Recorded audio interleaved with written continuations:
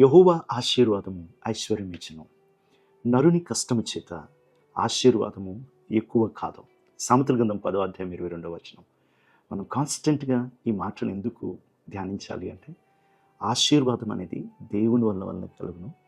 ఆశీర్వాదం మాత్రమే మనల్ని ఐశ్వర్యవంతులుగా చేయండి. చాలాసార్లు మనం ఎంతో ప్రయాసపడుతూ ఉంటాం. అందుకని కీర్తనకాడు అంటాడు, సొలొమోను కీర్తన రాస్తా అంటాడు, ఉదయాన్నే లేచి రాత్రి జామునంత వరకు కష్టపడి పనిచేసి ఇవన్నీ చేస్తున్న వాడికన్నా తన ప్రియులకు ఆయన నిద్రిస్తుండగా ఇచ్చున్నాను.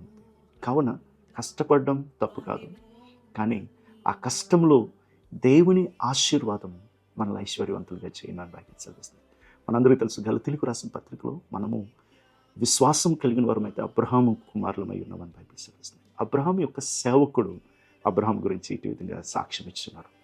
ఈ యొక్క ఆదికాండము 24వ అధ్యాయము 35వ వచనంలో ఆయన సేవకుడు ఏం చెప్తున్నాడంటే, యెహోవా నా యజమాన్ని బహుగా ఆశీర్వదించను గనుక అతడు గొప్పవాడైను, అతని గొర్రెలను గొడ్లను వెండి బంగారము దాసీలను ఒంటెలను గాడిదలను దయచేశాను.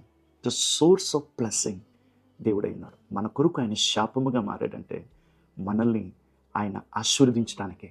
కావున ఆశీర్వాదము నీతిమంతుని తల మీద ఉండునని బైబిల్ చదివిస్తుంది. కాబట్టి క్రీస్తు యొక్క రక్తం చేత కడగబడి ఆయన రక్తం యందు నమ్మికించిన వారు అందరము దేవుని నీతి అయి ఉన్నాం. మన మీద దేవుని ఆశీర్వాదం ఉంది. మనపై మన ప్రభు అయిన క్రీస్తు శాపముగా మారి మనకి దీవెన విడుదల చేసినాడు. ఆ దీవెన మనల్ని ఐశ్వర్యవంతులుగా చేయను గాక. మన గురించి కూడా ఇట్టి సాక్ష్యము ఇతరులు చెప్పుదురు గాక. ఆమేన్.